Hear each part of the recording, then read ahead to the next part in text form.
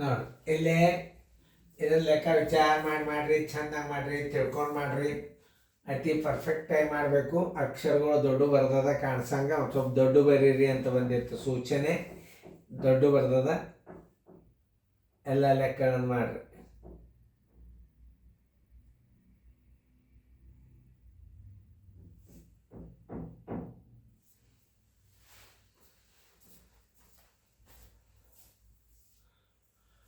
ನೋಡಿ ಇಲ್ಲಿ ಪ್ಲಸ್ ಭಾಗ ಮೈನಸ್ ಭಾಗ ಎರಡು ಅವ. ಒಂದು ಪ್ಲಸ್ ಭಾಗ ಅದ, ಒಂದು ಮೈನಸ್ ಭಾಗ ಅದ.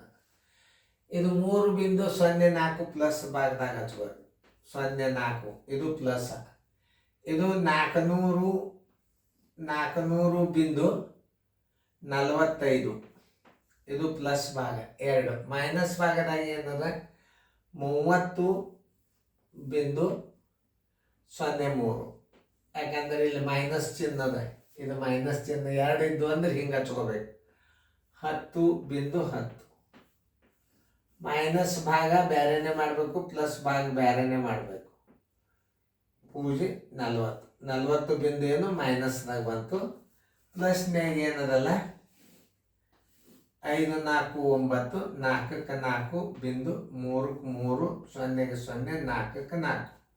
Plus ದೊಡ್ಡದಾಯ್ತು minus ಸಣ್ಣದಾಯ್ತು. ಅವಾಗ ಏನು ಮಾಡಬೇಕು 403.49 ಮೈನಸ್ 40.13 ಮೈನಸ್ ಮಾಡಬೇಕು. ಮೈನಸ್ 9ರ 3 ಆದ್ರೆ 6, 4ರ 1 ಆದ್ರೆ 3 ಬಿಂದುಕ್ಕೆ ಬಿಂದು 3ಕ್ಕೆ 3, 10ರ 4 ಆದ್ರೆ 6 ಕೈಲ ಬಂತು 1, 4ರ 1 ಆದ್ರೆ 3.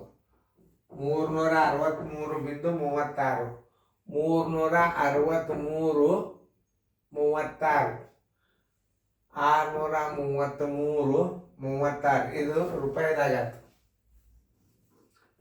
ರೂಪಾಯಿದಾಗ ಹುಡುಕಿಯಾಡ್ರಿ ಈಗ ಎಲ್ಲಿ ಸಿಗುದಿಲ್ಲ. ಯಾಕಂದ್ರೆ ರೂಪಾಯಿ ಬರ್ದಾನಿಲ್ಲಿ 36 336 ಅದ. ಇಲ್ಲಿ ದಶಮಾಂಶ ಇಲ್ಲ ಅಂದ್ರೆ ಇದು ರೂಪಾಯಿ ಆಗುದಿಲ್ಲ. ಈಗ ಇದನ್ನು ಪೈಸೆದಾಗ ಇಟ್ಟು ಬಿಡ್ರಿ, ದಶಮಾಂಶ ತೆಗೆದು ಬಿಡ್ರಿ. 363 36 ಇದು ಪೈಸೆದಾಗ ಬಂದ್ಬಿಡ್ತದ. ಉತ್ತರ ಸಂಖ್ಯೆ ಯಾವುದು? ಬಿ. ಉತ್ತರ ಸಂಖ್ಯೆ ಬಿ. ಚಂದಂಗ ಹಚ್ಕೊಂಡು ಮಾಡಿ, ತಿಳ್ಕೊಂಡು ಮಾಡ್ಬೇಕಷ್ಟೇ. ಈಗ ವಿದ್ಯಾರ್ಥಿಗಳ ಇನ್ನೊಂದು 1,000 ಒಲೆಯ ಬೆಲೆ 345 ಬಿಂದು ಎಷ್ಟು? 345.50 ಆದರೆ 10 ಒಲೆಗಳ ಬೆಲೆ ಅಂದರೆ ನೋಡ್ರಿ ಗುಣಾಕಾರ ಮಾಡಬೇಕು. 345.50 ಗುಂಡ್ಲೆ 10. ದಶಮಾಂಶ ಇಲ್ಲ ಅಂತ ತಿಳ್ಕೊಂಡು ಗುಣಾಕಾರ ಮಾಡಿಬಿಡ್ರಿ, ಕರೆಕ್ಟಾಗಿ ಬಿಡ್ತದೆ. ಏನೋ ದಶಮಾಂಶ ಇಲ್ಲ ಅಂತ ಗುಣಾಕಾರ ಮಾಡಿಬಿಡ್ರಿ, ಏನಾಗ್ತದ 3 4 5 5 0 ಇದೊಂದು 0 ಇಟ್ಬಿಟ್ರೆ 10 ಒಲೆ 10,000 ಒಲೆಗಳ ಬೆಲೆ ಬಂತು. ಇದು ಎದ್ರಾಗ ಬಂತಿದು? ಪೈಸೆದಾಗ ಬಂತು. ಈಗ ಇದನ್ನು ರೂಪಾಯಿದಾಗ ಹಚ್ಚಬೇಕಾದ್ರೆ ಹೆಂಗೆ ಹಚ್ಚಬೇಕಪ್ಪ ಅದನ್ನು ತಿಳ್ಕೊಬೇಕು. 34 ನೋಡ್ರಿ ಪೂಜಿ 34.55 34.55 ಎರಡು ಸ್ಥಾನ ಬಿಟ್ಟು ಕೊಡಬೇಕು. ಎರಡು ಸ್ಥಾನ ಬಿಟ್ಟು 34.55 ಎಲ್ಲದ ನೋಡ್ರಿ. 34.55 ಎರಡು ಸ್ಥಾನ ಬಿಟ್ಟು ದಶಮಾಂಶ ಕೊಡ್ರಿ.